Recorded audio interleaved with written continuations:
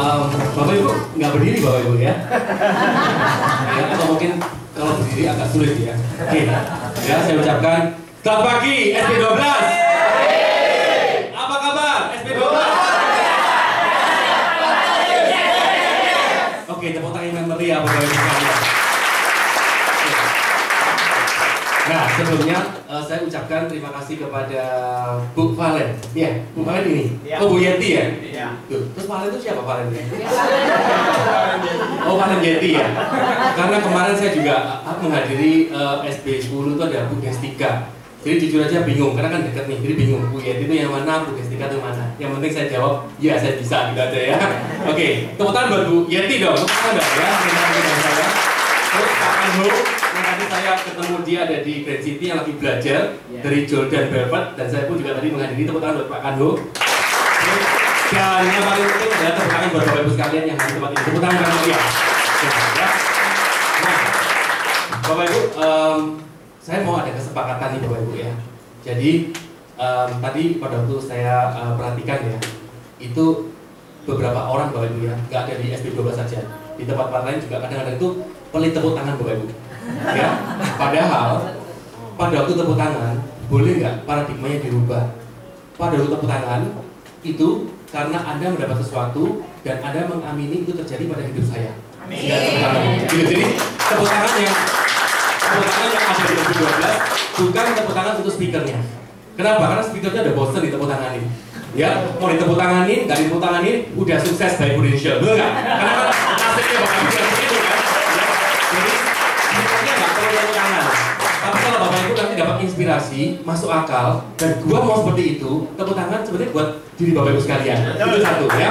Dan kedua Bapak Ibu, tepuk tangan itu katanya tundesem. Tadi saya juga dengar tundesem ya. Saya diingatkan lagi bahwa ternyata tepuk tangan itu membuat diri kita sehat tuh Bapak Ibu. Yes. Ya kan? Katanya ini telapak tangan bisa lebih merah, bisa lebih sehat. Ya. Kalau gitu satu, tepuk tangan itu adalah aku yakin bisa dan aku mengamini terjadi pada hidupku. Kedua, tepuk tangan akan menjadi badanku, hidupku lebih sehat. Kalau gitu tepuk tangan yang meriah Bapak Ibu. Silakan bertanya. Nah Bapak Ibu, pointernya di mana? Nggak usah pointer. Oke, ya. Nah jadi Bapak Ibu, saya percaya tadi Bapak Ibu mungkin lihat perjalanan saya, ya dari tahun 2001 sampai hari ini, jalan-jalan luar negeri pasti tiap tahun, ya. Terus aset-aset Bapak Ibu, bukan sekedar duit. Kalau duit kan Prudential janji 5 tahun 100 juta sebulan, ya.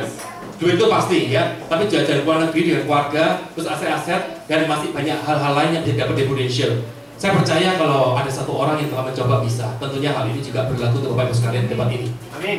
Ya, kemenangan. Nah, ya. Bapak Ibu, hari ini saya akan bawain judulnya adalah pencerahan, enlightenment. Ya, salam 20, salam 75.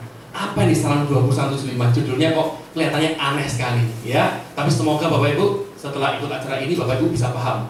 Ya, apa itu salam 20 dan salam 75? Ya, kalau dijelaskan secara kata-kata itu terlalu panjang. Tapi kalau salam 20, 105, nanti Bapak Ibu akan paham. Dan ini adalah kunci dasar dari Bapak Ibu sukses di Prudential. Ya, bicara mengenai promosi dan sidang karir. Ya, oke. Saya akan mulai dengan gambar di depan ini. Oke ya. Bapak Ibu coba simak, perhatikan baik-baik gambar di depan ini. Ini mobilnya mobil apa Bapak Ibu? Lamborghini. Ya. Nah, oke ya, mobil Lamborghini sport 2 pintu. Oke, terbuka lagi kapnya. Saya mau tanya ke Bapak yang pakai baju hijau-hijau kukus itu Pak ya. Pada waktu Bapak melihat gambar ini Pak, apa yang ada dalam benak Bapak gitu? Langsung katakan aja Pak. Melihat ini langsung di benak Bapak keluar apa? Bapak bisa mendapatkan seperti itu ya. Kalau Bapak di depan yang pakai baju hijau, pada waktu melihat gambar ini, apa yang di dalam benak Bapak Ibu sekalian? Ya. Kenapa? Berpacu dengan cepat. Kalau Ibu yang gini-gini dulu ya. Karena yang depannya ketinggian. Ya, ibu itu yang senyum-senyum ya. Jadi pada waktu ibu melihat gambar ini, apa yang ada di dalam benak ibu? Pertama kali baru nangkep gambar ini gitu. Keren. Ibu terakhir. Wow, amazing ya. Bapak Ibu, saya rangkum jadi dua ya. Pendapat seseorang itu pasti ada yang negatif, ada yang positif ya. Atau plus atau minus gitu ya. Beberapa orang bilang ya, dasar anak muda ya, taunya hanya bergaya, nggak habisin duit orang tua.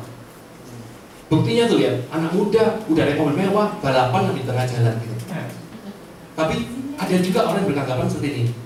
Ih, anak muda ini enak sekali ya. Hidupnya diberkati luar biasa ya. Ya, kelihatannya orang ini sukses loh. Karena mungkin kerja keras dia, meskipun dia mungkin ya didukung oleh orang tuanya, tapi dia kerja keras sehingga orang tuanya bisa mempercayakan mobil semewah ini kepada anak muda ini. Ya, Bapak Ibu, pandangan pertama, pandangan kedua, semuanya benar.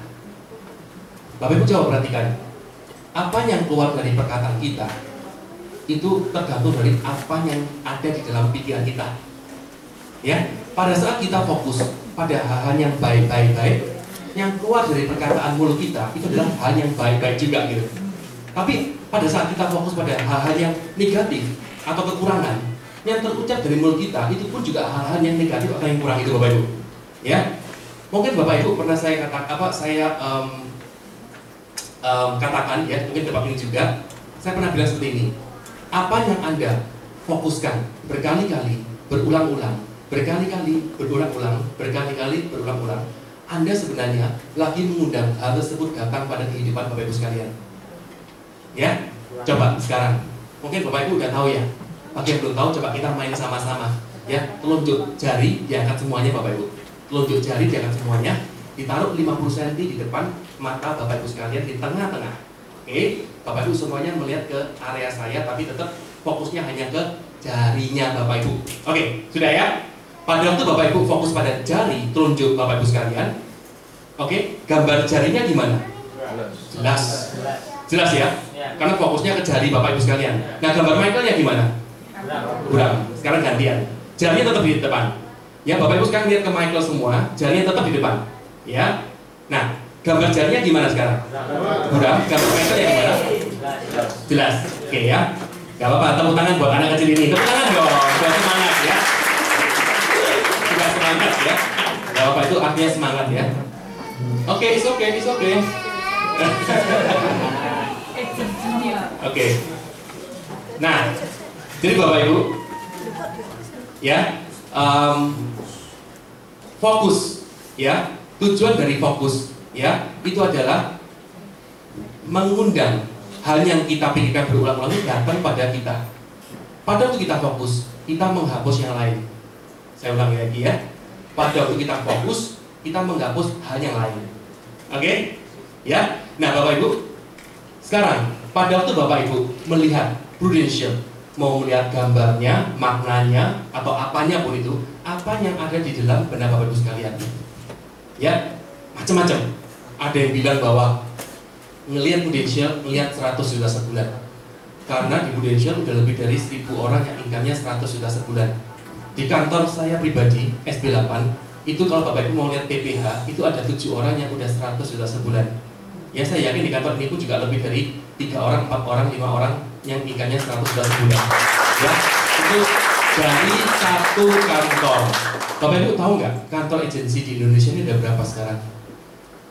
Katanya 390-an. Iya, betul ya? Ya, betul. Di kick-off itu Bapak Ibu, coba perhatikan, 394, 396, dan itu akan terus bertambah.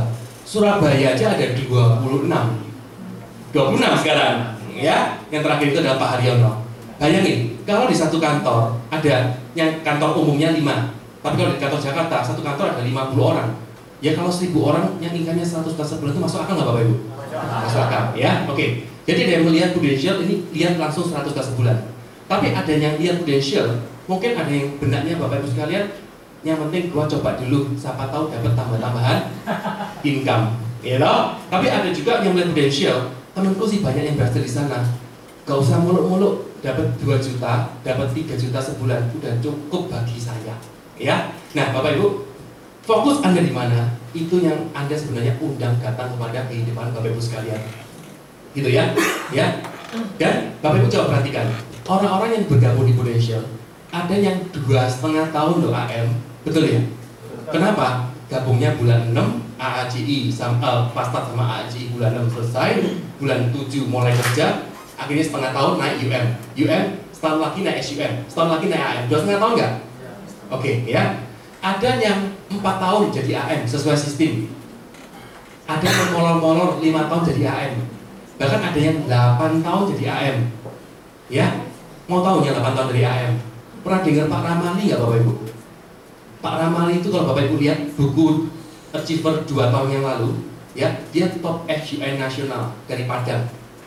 Oke, saya cerita dikit ya, karena dia pernah saya undang di Surabaya pada waktu acara ODS One Day Seminar kita di SB8. Ya, Pak Ramali itu dia kontraktor, toko bahan bangunan, bisnisnya bangkrut, juga jalani multi level, masuk ke Prudential. Pada itu masuk ke Prudential, dia hanya melihat dengan sebelah mata, jualan kok asuransi.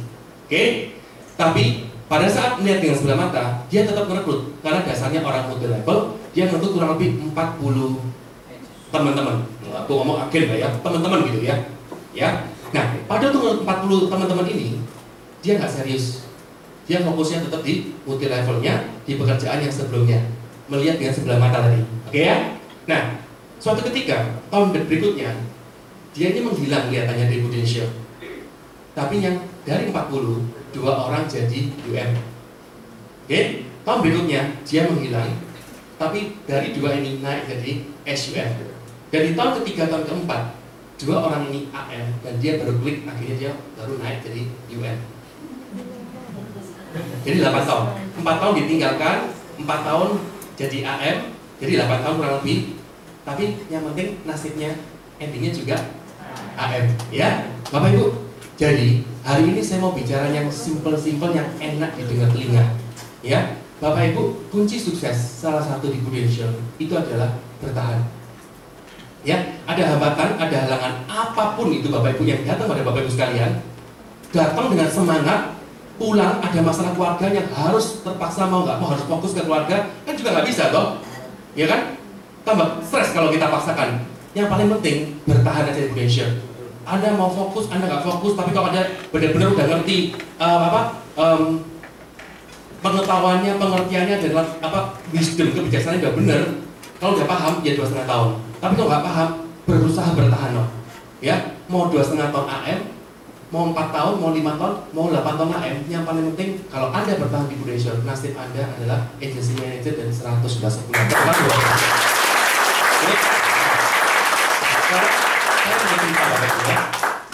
Ceritanya seperti ini Bapak Ibu.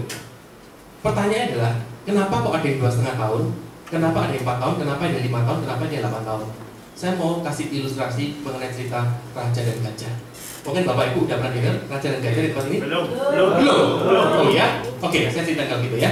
Suatu ketika ada raja muda, dia hidupnya sangat stres di negeri entah berantah. Kenapa? Karena setiap meeting leader ya, kalau misalnya meeting kerajaan, ya, nggak pernah ada suatu solusi yang diputuskan untuk membangun kerajaannya. Akhirnya raja stres gak? Ya, atau CEO juga stres, betul nggak? Ya. Suatu ketika dia dapat wisdom, dapat kebijaksanaan. Di ulang tahun kerajaannya, dia undang seluruh rakyat dan seluruh pejabat-pejabat negara itu. Di apa? Kalau di luar negeri sana itu di Colosseum itu Bapak Ibu, ya, yang bulat, yang tengahnya ada atraksi-atraksi.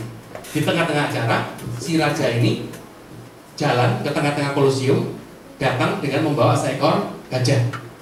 Ya, dan di belakang gajah ini, nah ini kata kuncinya ya, ada diikuti 5 orang yang diundang dari negeri seberang yang tidak pernah tahu gajah itu seperti apa. Oke, saya ulangi ya. Raja tadi jalan di tengah-tengah acara Colosseum dengan menggandeng seekor apa? Gajah. Raja menggandeng seekor gajah. Di belakang gajah ada 5 orang buta yang diundang dari negeri seberang yang tidak pernah tahu gajah itu seperti apa karena di negerinya nggak ada gajah. Oke? Di tengah-tengah acara, raja langsung menggandeng tangan orang buta pertama. Digandeng, disentuhkan di belalai gajah.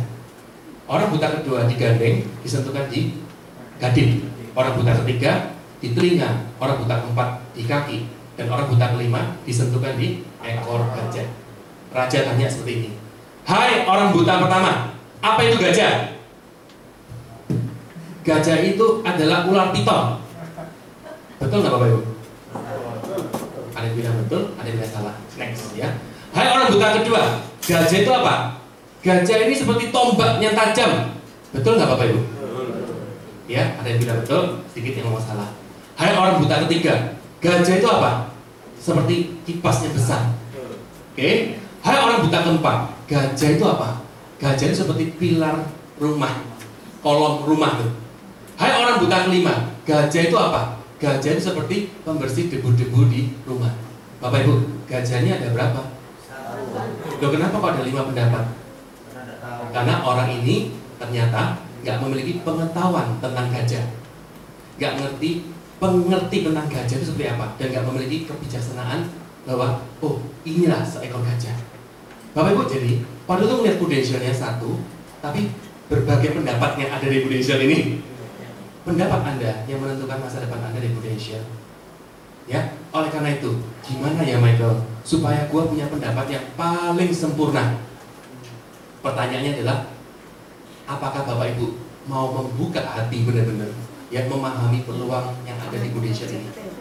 Selama ada penolakan-penolakan, selama kita merasa kita tahu, iya, kita nggak mau menyelidiki lebih dalam tentang apa sih sebaiknya di balik Prudential ini, maka kita pun juga bisa mendapat yang setengah-setengah atau nggak maksimal, gitu ya. Oleh karena itu, hari ini mungkin udah diulang-ulang oleh speaker-speaker yang datang di depan. Saya yakin udah setiap minggu pasti ada acara seperti ini, ya.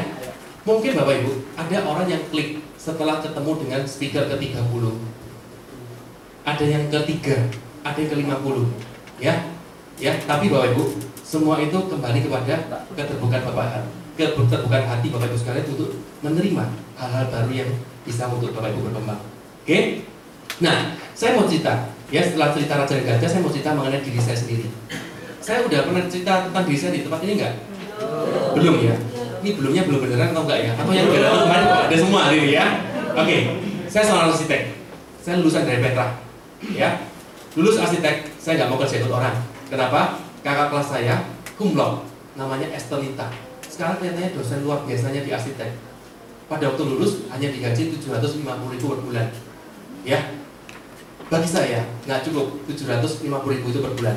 Saya memutuskan kerja nggak ikut orang, tapi uangnya banyak dan waktunya banyak. Ada nggak Bapak Ibu? Ya nggak ada lah, egois banget, gitu ya. Nggak, kalau orang kuliah tuh lulus kuliah, kepinginnya uang banyak, waktu banyak, itu kan pengetahuan, pengertian dan kebijaksanaan kan nggak sampai di sana kan? Kan pasti di mana ya? Pasti nggak ada lah. Tapi selagi nunggu, berupaya juga sih. Tapi saya juga isi waktu dengan olahraga, anak muda, fitness, ya, di salah satu hotel di Embong Malang, ya, dulu Westin, sekarang Marriott. Oke, fitness jam 10 jam 11 ketemu dengan satu engkong-engkong. Fitness minggu depan ketemu lagi, 2 minggu 3 minggu ketemu, sering ketemu beberapa kali dengan engkong-engkong. Jam 10 jam 11. Engkong-engkong ini Bapak Ibu usianya 7 tahun 8 tahun lebih tua dari saya. Nah, kalau saya 21 22, dia mestinya 29 dan kurang lebih, betul nggak? Logikanya, laki-laki 29 tahun, jam 10 jam 11 pagi ada di mana Bapak Ibu? Kantor. Tapi kenapa kok dia ada di fitnessan? Yang saya pasti tahu, dia bukan PT, tahu PT, personal trainer. Nggak mungkin, kenapa? Karena badannya kurus, nggak berotot sama sekali. Jadi dia nggak mungkin PT. Oke? Saya memberanikan ditanya ke dia, kok kerja di mana? Jawabannya, perusahaan asing. Perusahaan apa? Financial. Kalau dia bilang Prudential pun pada saat itu, tahun 2001-an, saya juga nggak ngerti kok Prudential apa. Nggak ada terkenal. Bapak Ibu tahu ya, tahun 2001, Prudential itu mungkin ranking ke 29 atau ranking ke di bawah sekali kok. Dulu kan asuransi juga sedikit, ya, pokoknya di bawah banget gitu ya. Nah, terus kok gajinya apa kalau di perusahaan asing itu? US atau rupiah? Kamu boleh minta US, kamu juga boleh minta rupiah, terserah kamu mana mau. Telinga anak lulus kuliah di gitu itu kan sewenang ya, dibujukin gitu ya. Ya, kok bisa jam segini bebas? Terserah kamu, yang penting mencapai target, ya. Bapak Ibu, kata-katanya semua dikeluarkan, tertata dengan baik dan sangat indah di telinga. Akhirnya apa? Saya kepingin tahu apa itu. Dulu satu kantor se-Surabaya ini, ya, kantor di Surabaya hanya ada satu loh Bapak Ibu. Hari ini ada 26 plus SO di BRI itu ya, ada 27. Tapi dulu hanya ada satu kantor. SO-nya di bawah, ruko kantor agensinya dari atas lantai 2 dan lantai 3. Dan itu di SB 4 tuh, di Bintaro tuh. Sinar Bintaro tuh, ya. Nah, pada itu saya diundang di sana, ya, hari Sabtu. Saya lupa mau BOP mau apa, saya nggak ngerti. Yang penting ada keluar kata-kata bagi saya bahasa planet. Saya nggak tahu sama sekali kata-kata, arti kata-kata itu. Pertama, ada kata-kata premi. Di arsitek jelas nggak ada kata-kata premi. Ya. Kedua, kata-kata BEP. Apalagi BEP. BEP itu break even point. Nabung. Nanti tahun ke-10 duitnya kembali plus bunga. Itu BEP. Saya nggak ngerti. Dan terakhir, keluar kata-kata prospek. Di arsitek nggak mungkin ada kata-kata prospek. Nanti kan prospek ini nggak mungkin. Ya, saya tanya ke sebelah saya, ya Pak Iwan Muktiali, yang hari ini itu juga AM. Pak, apa itu prospek? Prospek itu nemuin orang untuk nawari sesuatu. Oh, itu yang namanya prospek. Bapak Ibu coba perhatikan. Dulu seorang Michael, prospek BEP sama premi aja nggak ngerti. Tapi berkat sistem Ibu Desya hari ini, beberapa tayangan di awal sanipan saya itu bisa saya pribadi nikmatin, dan itu berlaku untuk Bapak Ibu sekalian. Tepuk tangan buat Desya. Pada waktu itu, saya ingat kurang lebih ada 10 orang yang hadir. 10 orang yang hadir. Ya nggak sebanyak ini. Ya, 10 orang yang hadir. Tapi Bapak Ibu tahu hari ini 8 dari 10 itu AM dan SAM. Tepuk tangan buat Desya Bapak Ibu. Ya. Oke. Nah, kelihatannya ceritanya kok indah banget ya. Anak muda, terus kayak gitu bergabung, terus jalan, terus sukses. Bukan seperti itu, enggak seperti itu. Tahun 2001 saya bergabung, ya. Saya berusaha, saya dapat startup. Tapi saya masih megang brand saya. Brand saya seperti Pak Ramal itu, bahwa saya seorang kontraktor dan pengusaha. Masa jualan asuransi? Nggak kelihatan lagi ya. Brand saya adalah seorang arsitek. Bapak Ibu harus tahu ya, arsitek itu adalah sekolah termahal kedua setelah dokter. Ya, oke. Saya bawa brand. Ya. Tahun kedua saya coba lagi. Kalau Bapak Ibu perhatikan, saya dapat double startup. Ya, tapi saya tetap membawa brand saya bahwa saya adalah seorang arsitek. Saya mau keluar dari Indonesia. Tahun 2004 itu adalah turning point pertama kali saya benar-benar mau keluar dari Indonesia. Tahun 2004. Kenapa? Ada 3 hal. 1.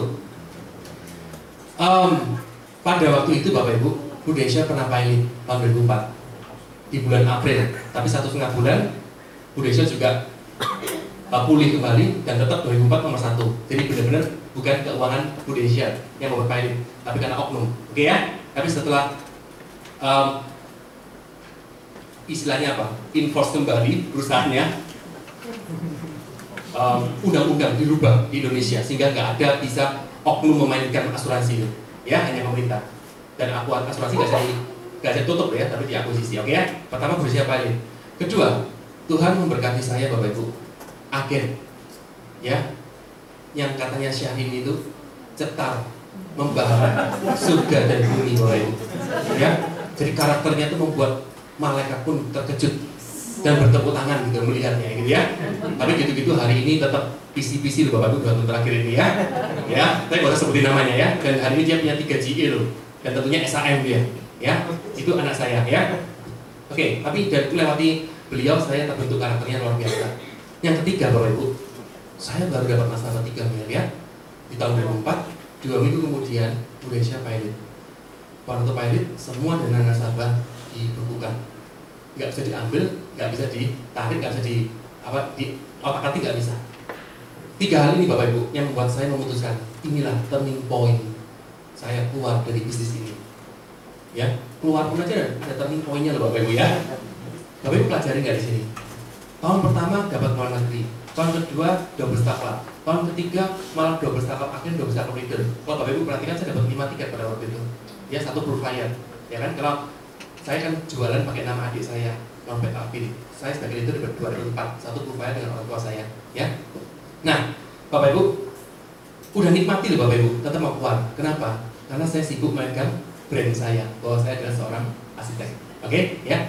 Nah, tapi Bapak Ibu coba perhatikan, kalau tahun 2004 itu saya keluar, maka tidak akan ada penal aset-aset atau jalan-jalan luar negeri yang bisa saya kumpulkan dari kerjaan yang mungkin saya lakukan nggak tahu apa berikutnya. Bapak Ibu perhatikan nggak? Tahun berapa saya mulai beli aset Bapak Ibu? 2006 loh.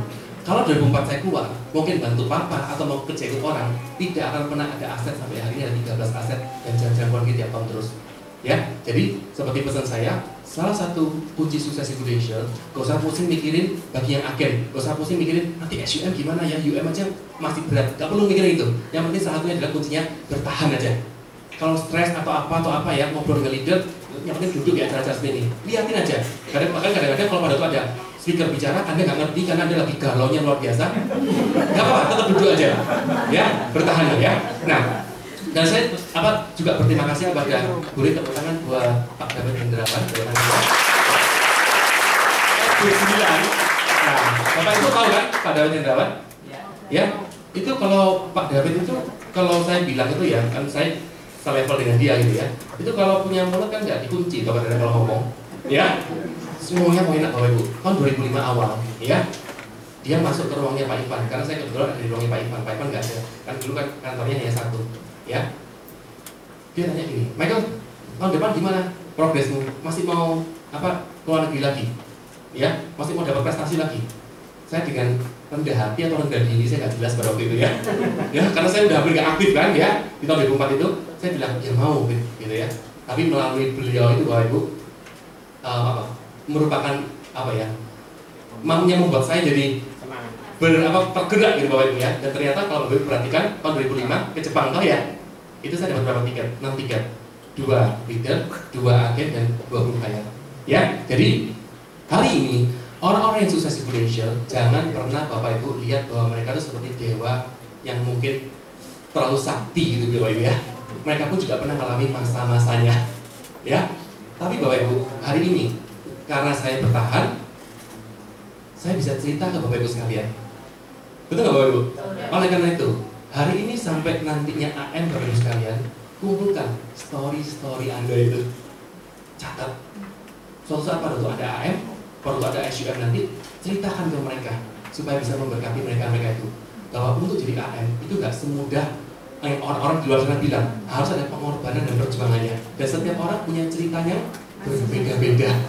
Ya, oleh karena itu setiap ada halangan, setiap ada hambatan yang datang kepada Bapak Ibu sekalian yang mengganggu dan terjepit ya, Bapak Ibu tetap bersyukurlah, berusahalah bersyukur. Kenapa? Karena nanti ini akan menjadi cerita bagi Bapak Ibu sekalian untuk bisa memberkati tim-tim Bapak Ibu sekalian. Oke Bapak Ibu? Ya, ya.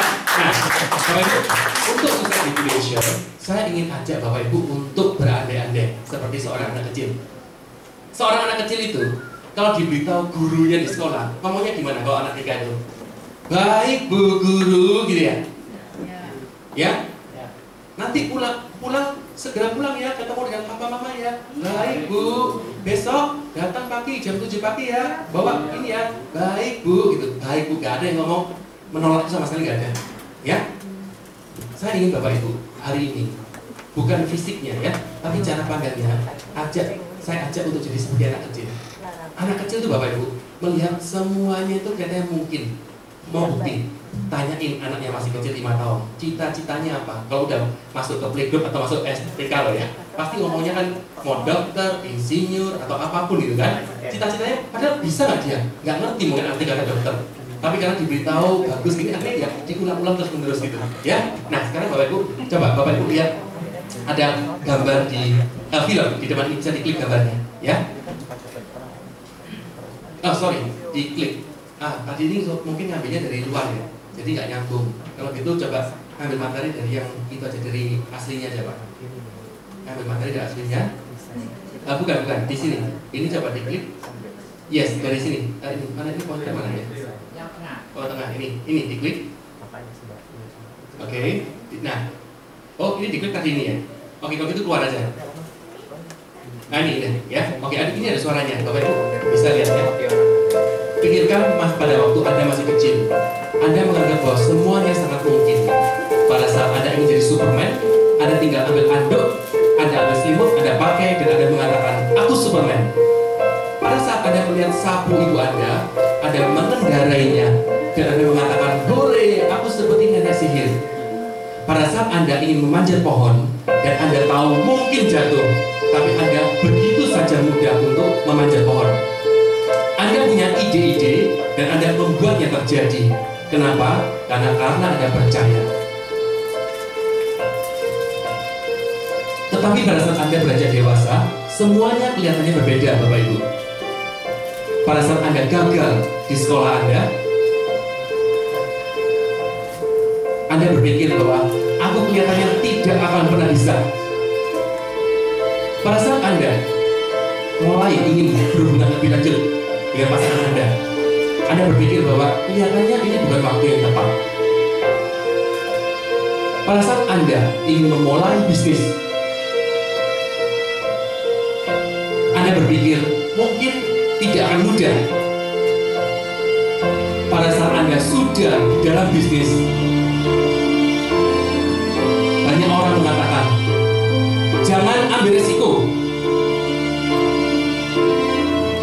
Dan Anda pada saat memiliki ide-ide yang brilian, Anda dapat menciptakan pekerjaan di bangsa ini, menyiapkan kehidupan yang lebih baik untuk banyak orang, dan dapat membuat bangsa ini bangga, Bapak Ibu. Anda dapat membantu pertumbuhan bangsa ini, dan Anda dapat menciptakan kehidupan yang lebih baik, dunia yang lebih baik. Tapi Anda mengatakan, aku nggak yakin. Anda sebenarnya tetap kreatif, tapi Anda lebih banyak berdiam diri. Beberapa tahun sebelumnya, Anda mendengar seseorang yang punya ide seperti Anda. Apa yang membuat dia berbeda dengan Anda? Action. Dia akhirnya menjadi orang yang sukses pada tahun tersebut. Temannya ini, action dia, memenangkan dia, membuat dia berprestasi. Dan Anda mulai berpikir lagi, seandainya aku juga mengambil action itu beberapa tahun sebelumnya. Bapak Ibu, pikirkan pada saat Anda masih kecil. Pikirkan pada saat Anda masih kecil, ide-ide itu muncul pada saat Anda kecil. Apakah Anda juga akan mengambil action saat ini, Bapak Ibu? Semuanya kembali lagi pada keyakinan Bapak Ibu sekalian. Tidak ada pernah terlambat. Cukup ide dan membuatnya terjadi. Anda tetap bisa pada saat Anda percaya.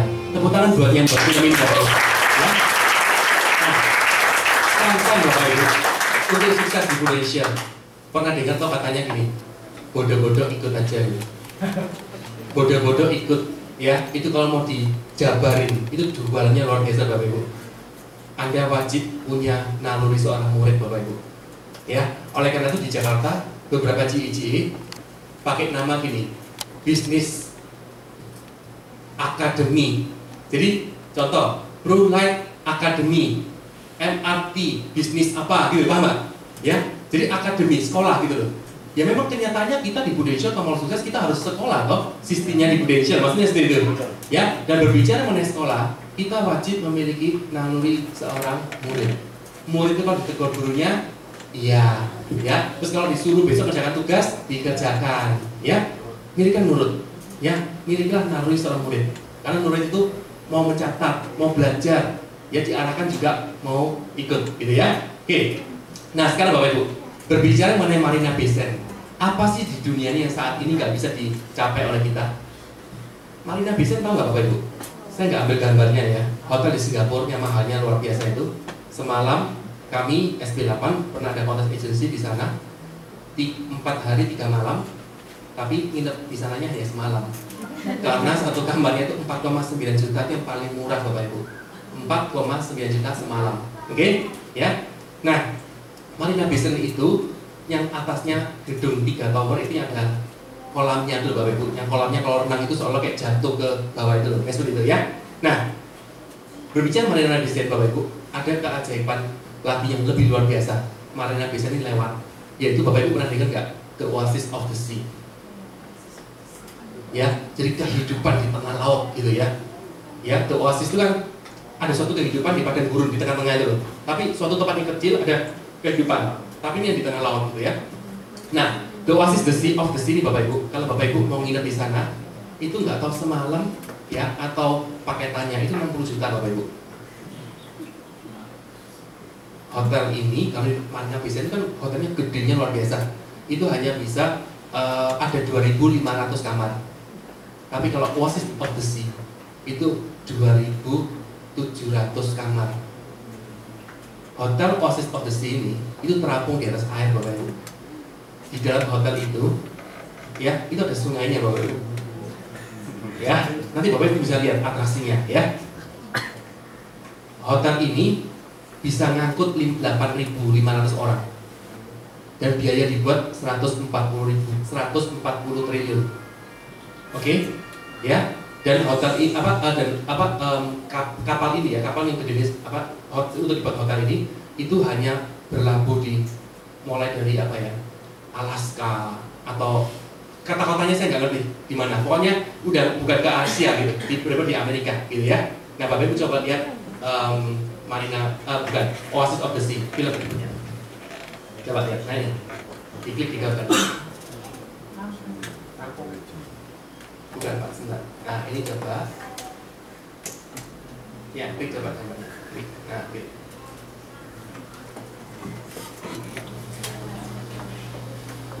Klik lagi.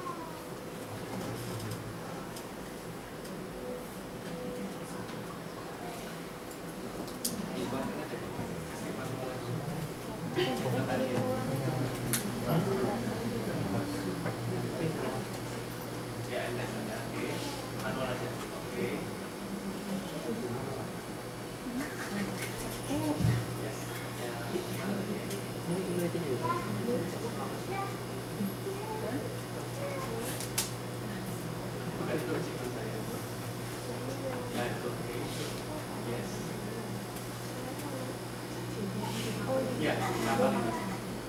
Kapal langsung kapal lagi. Kapal dikit.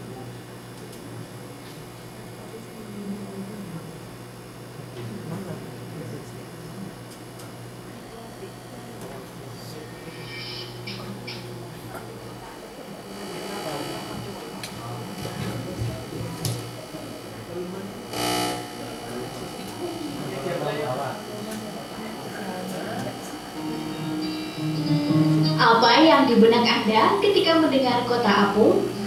Kota apung bukanlah sebuah kota di tengah laut, melainkan kapal pesiar dengan segala kemegahannya. Kemudian kamar-kamarnya yang dijuluki kota terapung selalu memanjakan penumpangnya dengan fasilitas yang eksotis dan paling lengkap.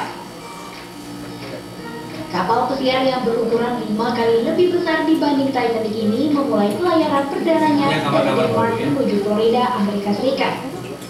Kapal yang dibuat oleh 2.800 pekerja ini memiliki panjang 360 meter serta berat 225.000 ton. Kapal milik Royal Caribbean International ini mampu menampung 6.300 penumpang serta 2.100 kru kapal. The Floating City atau kota terapung dirancang dengan memisahkan badan kapal menjadi 2 bagian. Sementara di tengahnya terdapat taman hijau seluas lapangan bola yang ditanami ribuan tanaman eksotis. Berada di kapal ini membuat Anda tidak merasa sedang berada di lautan, tetapi seakan berada di rumah dengan fasilitas relaksasi. Kapal ini memiliki total 2.700 kamar yang terbagi di 17 lantai. Setiap lantai dilengkapi jendela geser, sehingga penumpang bisa melihat langsung ke laut lepas. Kapal yang menelan biaya pembuatan sebesar 1,5 miliar dolar Amerika atau setara dengan 150 triliun rupiah ini memiliki aneka ragam wahana yang akan membuat penumpang larut dalam kenyamanan. Salah satu wahana andalan di kapal ini adalah sebuah teater yang berada di buritan kapal. Dibangun dengan gaya amfiteater Yunani kuno, pada siang hari teater ini berubah fungsi jadi kolam renang. Uniknya, pada malam hari, kolam renang ini disulap menjadi teater terbuka, berisi 750 kursi yang menghadap ke lautan lepas. sungguh menakjubkan.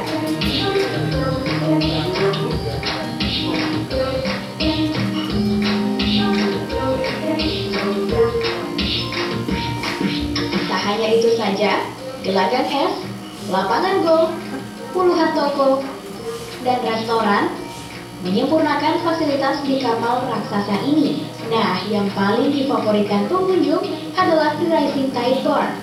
Bar ini bisa bergerak dari satu lantai ke lantai yang lain, sehingga pengunjung akan mendapatkan pengalaman yang berbeda. Bagi Anda yang ingin merasakan nikmatnya berlayar bersama kapal pesiar di liburan akhir tahun ini, Anda harus merogoh kocek sebesar $5.000 Amerika atau senilai 60 juta rupiah. Selamat berlibur.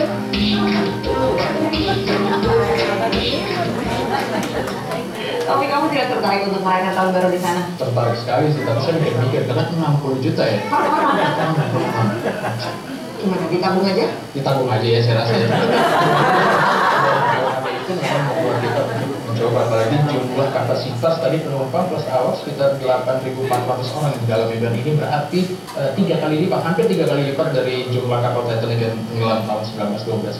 Oke, jadi kamu tabung tahun depan bisa berangkat ya? Insya Allah. Baik, kita punya informasi juga dari. Oke, tepuk tangan bagi yang punya ide di kapal ini Bapak Ibu ya. Bapak Ibu coba perhatikan ya, 60 juta Bapak Ibu kalau mau menikmati fasilitas kapal ya. Pertanyaannya adalah seperti tadi ya, ternyata presenternya yang membawa acara aja 60 jutanya udah gede dan kaget gitu ya, otomatis income-nya juga nggak gitu ya. Tapi kalau dengan income kita tiap bulan 100 juta sebulan, mestinya bisa nggak Bapak Ibu nabung setahun aja berangkat ke sana Bapak Ibu? Ya ngomong-ngomong, kasih hadiah yang terbaik buat diri kita, toh. Betul nggak Bapak Ibu?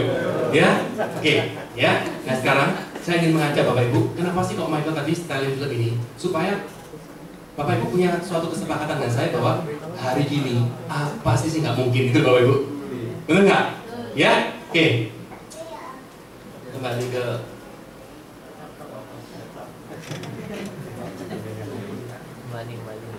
kami berangkat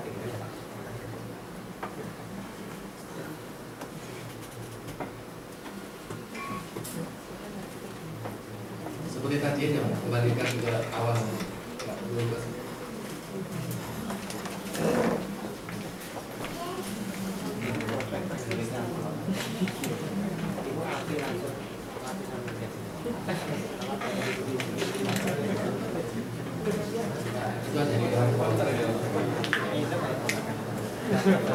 aja.